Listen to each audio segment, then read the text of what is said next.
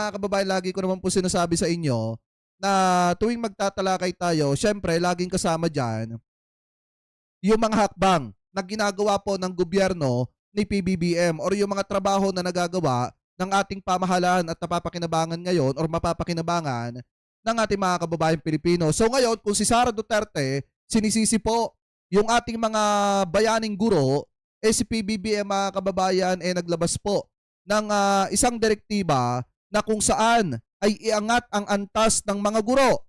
At sabi pa dito mga kababayan, 5,335 public school teacher, aprobado na ang promotion. Sa utos ni Ferdinand R. Marcos Jr. or ni PBBM, pinabilis ng DepEd ang expanded career progression para matiyak na umaangat ang karera ng bawat guro. 6.1 billion para sa teacher promotion.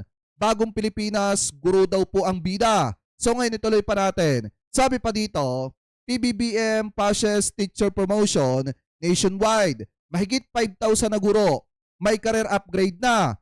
Sa direktiba ni PBBM, pinaiigting ang career progression system upang mabigyan ng mas malinaw na pag-angat ang public school teacher at ang target mga kababayan ay nasa 100,000 promotion by 2026. So ibig sabihin mga kababayan, kung si Sara Duterte sinisisi yung mga teacher kung bakit hindi natututo yung mga estudyante, si PBBM mga kababayan binibigyan ng pagkakataon yung mga bayani po nating guro na umangat ng umangat yung kanilang antas ng pagtuturo mga kababayan. Ibig sabihin, napupromote din sila.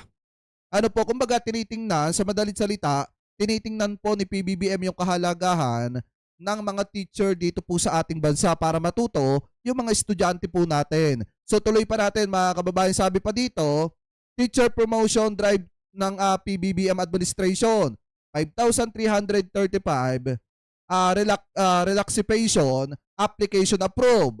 Ay sa direktiba ni Ferdinand R. Marcos Jr. or ni PBBM, dapat mas palakasin ang moral at career growth ng guro sa buong bansa mga kababayan. Malakas na guro, mas malakas na edukasyon. Yan po yung pananaw ng Marcos administration. So ngayon, bukod pa po sa pagmamahal sa ginagawang trabaho ng ating mga teacher mga kababayan, tinututukan din ng Marcos administration ang pagpapadali ng buhay ng mga kababayang Pilipino po nating senior citizen. Kasi yung iba, kung matatandaan nyo, di ba, pumipila pa.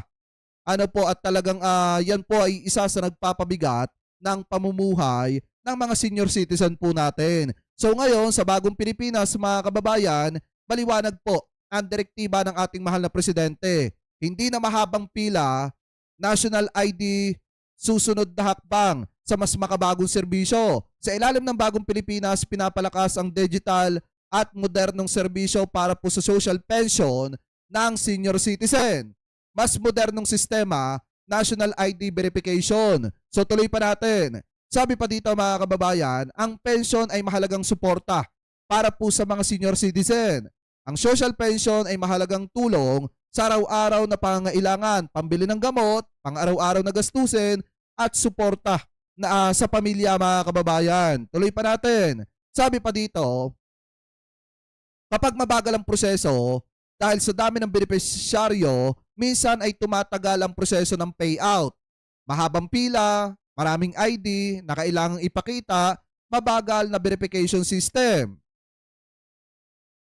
Mabilis na tugon sa ilalim ng bagong Pilipinas sa koordinasyon ng Department of Social Welfare and Development at ng Philippine Statistic Authority, pinapadali ang pension payout gamit po ang national ID.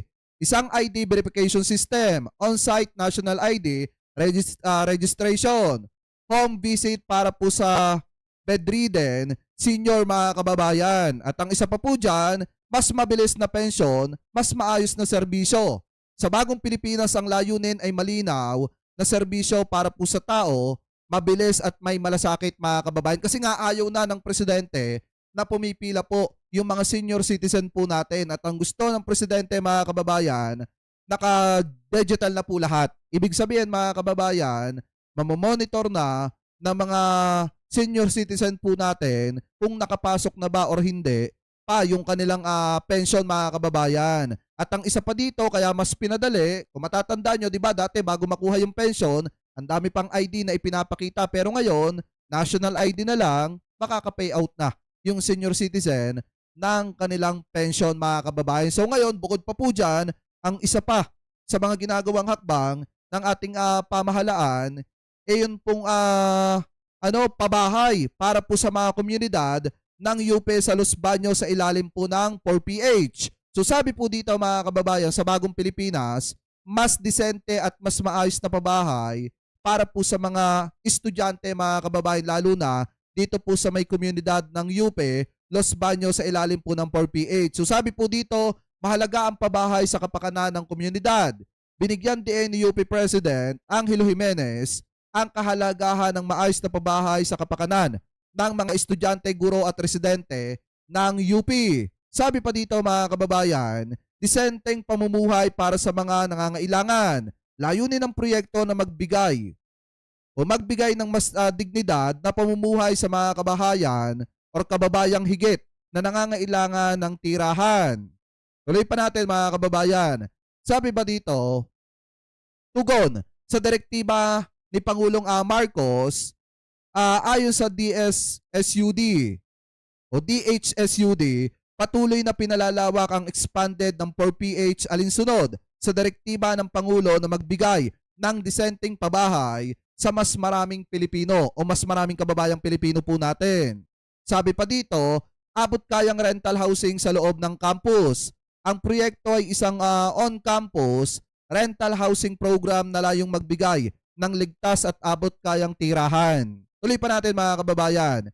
Suporta rin sa informal settler families. Kasama rin sa makikinabang ang mga informal settler families na naninirahan sa paligid po ng campus o sa paligid ng school. Sabi pa dito, tahanan para sa low-income employees at estudyante. Inaasahan na makikinabang ang humigit kumulang 1,000 low-income employees at mga estudyante ng UP Los Baños sa proyekto po na pabahay ng ating pamahalaan. So yan yung isa sa mga tinututukan mga kababayan ng Marcos administration na kung saan bukod po dun sa pagpapadali ng pamumuhay o pagpapagaan ng pamumuhay ng mga senior citizen po natin at bukod po mga kababayan dito sa pagpaparami ng mga murang pabahay para po sa mga estudyante, mga guro at mga low-incomers, talagang tinututukan din po ng ating pamahalaan ang magkaroon ng bahay ang mga kababayang Pilipino po natin. At ito po yung isa sa mga hakbang na ginagawa po ng Marcos administration. So kayo, mga kababayan, kung kayo po ang tatanungin, ano po ang masasabi ninyo hinggil po dito sa mga topic na ito na tinalakay po natin? Ano po ang komento ninyo mga kababayan hinggil po dito sa mga proyekto na nagpapatuloy na ginagawa mga kababayan ng Marcos administration para po sa ikagaganda at ikauunlad ng pamumuhay ng mga kababayang Pilipino po natin. So comment below na lamang po kung ano po ang masasabi nyo hinggil po dyan sa mga topic na yan na tinalakay po natin.